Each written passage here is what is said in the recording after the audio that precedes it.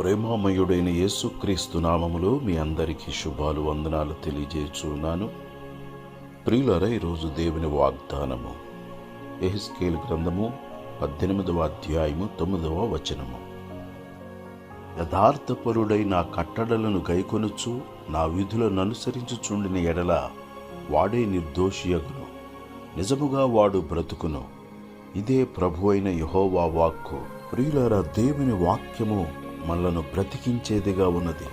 మన బాధలలో నెమ్మది కలుగు చేయు వాక్యము, మనలను భద్రపరచు వాక్యము, బలమైన వాక్యము, మన భారములను తొలగించు వాక్యము, మనలను బాగు చేయు వాక్యము, మనలను భాగ్యవంతులుగా చేయు వాక్యము, మనలను నిరపరాధులుగా, నిర్దోషులుగా, నీతిమంతులుగా చేయు వాక్యము, నిరీక్షణ కలుగుజేయు వాక్యము, నిత్య జీవము కలుగుజేయు వాక్యము దేవుని వాక్యము.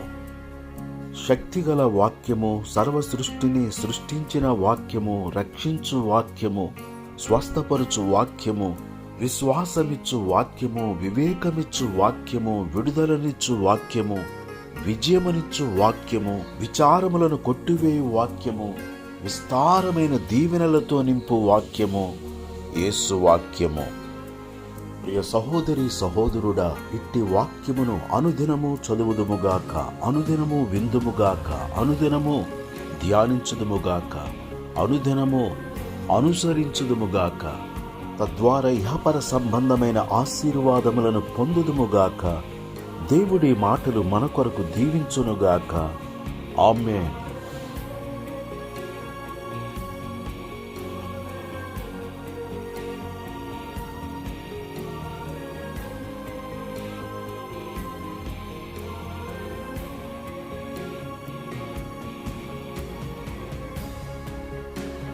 దయగల మా తండ్రి, ప్రేమగల మా యేసు ప్రభువా, నిన్ను స్తుతిస్తున్నాము.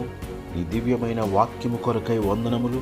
అనుదినము నీ వాక్యమును ఆలకించి వాక్యానుసారముగా జీవించి ఆరోగ్యమును, ఆనందమును, ఆశీర్వాదములను, ఆదరణను పొందునట్లు నీ కృపను అనుగ్రహించుమని, దీర్ఘాయుష్తో ప్రతి ఒక్కరిని నింపుమని క్రీస్తు యేసు పరిశుద్ధమైన నామములో ప్రార్థన చేసి అడుగుచున్నాను తండ్రి.